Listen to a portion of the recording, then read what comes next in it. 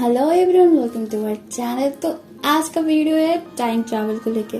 इस वीडियो में हम डिस्कस करेंगे कि टाइम ट्रैवल पॉसिबल है या नहीं है। अगर पॉसिबल है तो कैसे पॉसिबल है। एंड हाँ, आपने अगर हमारी पिछली वीडियो नहीं देखी हो तो पिछली वीडियो देख लेना। उसपे हमने रियल लाइफ एग्जाम्पल दिया था एक एस्ट्रोनॉट की जिन्होंने खुद टाइम ट्रैवल की थी।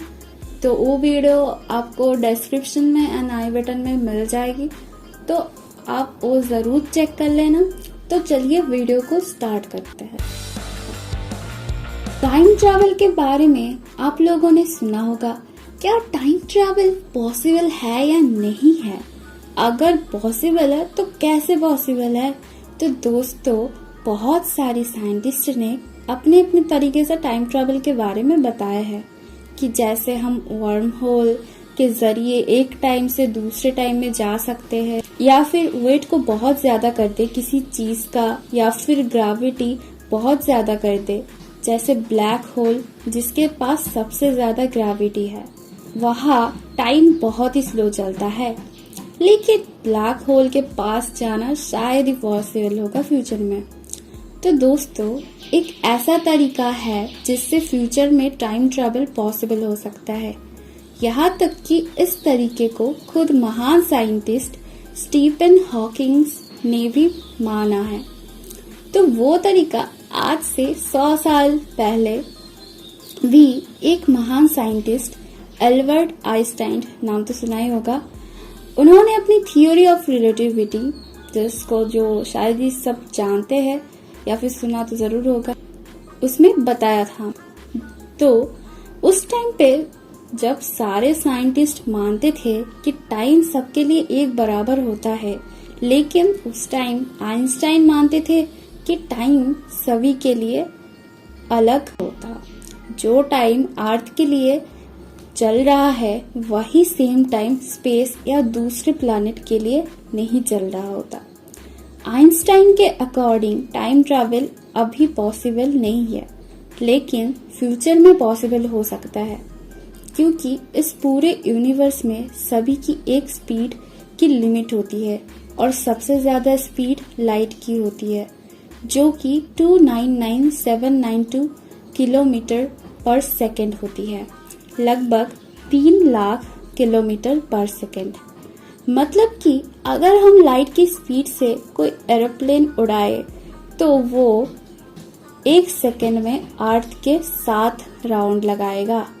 मतलब इतनी स्पीड से चलना पॉसिबल ही नहीं है। लेकिन अगर हम इतनी स्पीड से चलना या उड़ना पॉसिबल कर दे तो हम टाइम ट्रैवल को पॉसिबल कर सकते हैं, क्योंकि जैसे हमारे आसपास का टाइम स्लो हो जाता है और इसे ही हम टाइम डायलेशन कहते हैं। अगर आसान भाषा में समझाए तो अगर हम किसी रॉकेट में उड़ रहे हो जो कि लगभग लाइट की स्पीड से उड़ रही है, तो जो इंसान उस रॉकेट को देखेगा तो उसको लगेगा कि उसके सामने से एक रॉकेट 10 मिनट में गया, लेकिन जो इंसान उस रॉकेट के अंदर होगा उसके लिए वही टाइम लगभग 6 या 7 मिनट की होगी, क्योंकि उस रॉकेट की स्पीड लाइट की स्पीड के आसपास है। तो अगर हम टाइम ट्रैवल की बात करें तो स्पीड ज्यादा करके आसपास का टाइम स्लो करना जा सकता है। तो मान लेते हैं कि हमने एक ऐसा मशीन बना लिया जो कि लाइट की स्पीड के आसपास की स्पीड पर चल सकती है। तो मान लिया कि उसी मशीन में हमने 10 लोगों को बैठाया और उस ट्रेन को ईयर 2025 को वो मशीन चलना स्टार्ट हुई और वो लगभग लाइट के स्पीड के आसपास चल रही है। तो उसके अंदर बैठे लोगों का टाइम बाहर रहने वाले लोगों से बहुत ही स्लो चलेगा। अगर वो मशीन लगातार 100 साल का सफर करके रुक जाए तो जो अंदर बैठे लोग थे उनके लिए टाइम तो बहुत ही स्लो था, लगभग 1 वीक। लेकिन जो लोग मशीन के बाहर थे उनका टाइम नॉर्मली चल रहा था। तो बाहर के लोगों के अकॉर्डिंग टाइम 100 ईयर से ज्यादा जा चुका है। लेकिन जो लोग अंदर थे उनके लिए टाइम केवल 1 वीक ही गया है। तो जब मशीन के अंदर बैठे हुए लोग बाहर आएंगे तो वो 100 ईयर बाद की दुनिया में होंगे। लेकिन जो लोग मशीन के अंदर थे उनके बॉडी में सिर्फ 1 वीक के बराबर ही इफेक्ट होगा, क्योंकि उनके लिए तो सिर्फ 1 वीक ही गया है, जबकि बाहर के लोगों के लिए 100 इयर्स का टाइम गया है। तो बाहर के लोग पूरी तरह से बदल चुके होंगे। तो देखा जाए तो मशीन के अंदर के लोगों ने एक टाइप से टाइम ट्रैवल किया, जिससे वो फ्यूचर में पहुंच गए। अगर आपको इसे समझने में प्रॉब्लम हो रही है तो ऐसे एक एग्जाम्पल से समझाते हैं। मान लेते हैं 2 जुड़वा भाई है, जिसमें से एक गवर्नमेंट जॉब करता है और दूसरा एस्ट्रोनॉट है। दोनों की एज 30 साल की है। दूसरा भाई एक रॉकेट में बैठकर स्पेस में जाता है, जिसकी स्पीड लाइट की स्पीड के आसपास है। तो जो दूसरा भाई है उसके लिए टाइम बहुत ही स्लो हो जाएगा, क्योंकि वो लगभग लाइट के स्पीड से ट्रैवल कर रहा है।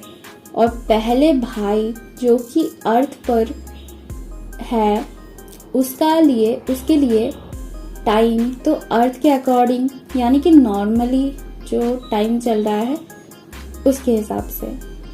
अगर दूसरे भाई ने स्पेस में 10 साल गुजारे या फिर दूसरे भाई ने स्पेस में 10 साल तक लगभग लाइट की स्पीड से अर्थ का ऑर्बिट में चक्कर लगाए, तो उसने अर्थ के टाइम के हिसाब से 10 साल गुजारे। लेकिन उसकी स्पीड बहुत ही तेज या फिर लाइट के लगभग बराबर होने की वजह से उसका टाइम स्लो चल रहा था। तो उसने स्पेस में सिर्फ 5 साल ही गुजारे हैं। तो जब वो अर्थ पर वापस लौटेगा तो उसको लगेगा कि वो फ्यूचर में आ गया है, क्योंकि वापस आने के बाद उसका भाई उससे 5 साल बड़ा होगा। मतलब उसने स्पेस में यानी अपनी जिंदगी के सिर्फ 5 साल बिताए हैं, लेकिन अर्थ पर उसके भाई ने उतना ही टाइम 10 साल के बराबर बिताए हैं।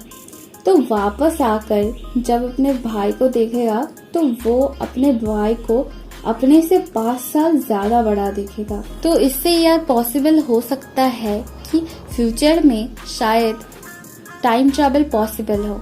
ये जितनी भी जानकारी इस वीडियो में आपको दी है वो आइंस्टाइन के थ्योरी ऑफ रिलेटिविटी के आधार पर हुई है।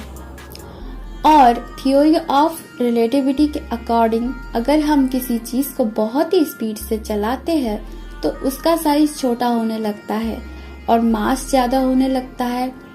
यानी कि अगर हम लाइट की स्पीड से बराबर किसी रॉकेट को उड़ाएंगे तो उसका साइज हमें नॉर्मल से छोटा दिखेगा और उसका मास यानी कि वेट ज्यादा होगा।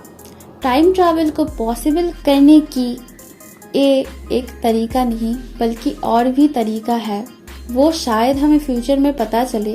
तो इस वीडियो के लिए इतना ही। आपको अगर वीडियो अच्छी लगी तो लाइक कर देना, कमेंट भी कर देना एंड हाँ सब्सक्राइब कर रखना, ताकि जो फ्यूचर में हम वीडियोस डालें उसकी नोटिफिकेशन आपके पास पहुंच जाए। तो नोटिफिकेशन पहुंचने के लिए आप बेल आइकन को भी प्रेस कर देना। तो मिलते हैं नेक्स्ट वीडियो में, तब तक के लिए bye, have a good day.